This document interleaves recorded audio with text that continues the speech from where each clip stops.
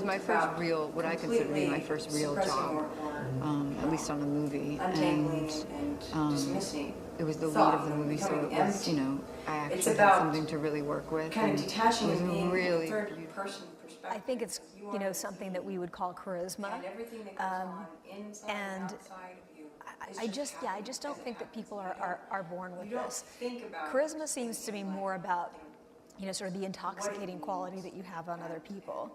A lot of times when I first used to write, it would be the parts of myself that I felt weren't allowed. You know, like when I was younger, I wasn't allowed to be angry or allowed to be emotional or allowed to be confused or whatever it was, and certainly I wasn't allowing myself to be. But in my art, there was so much room for me to be anything.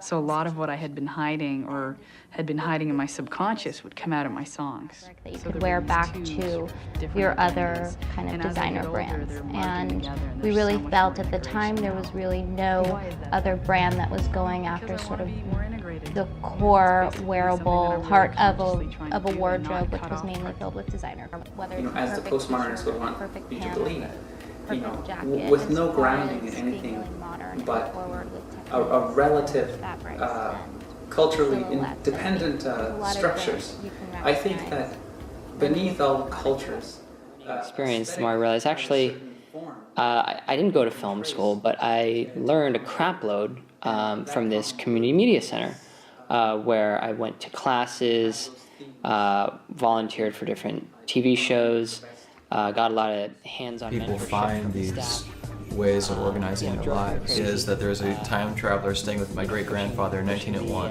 Envelope and he disappeared, and so what happened was I inherited these machines through my great-grandfather, and I'm finding these machines. That soil fertile. We balance the soil so we've got the right things in there.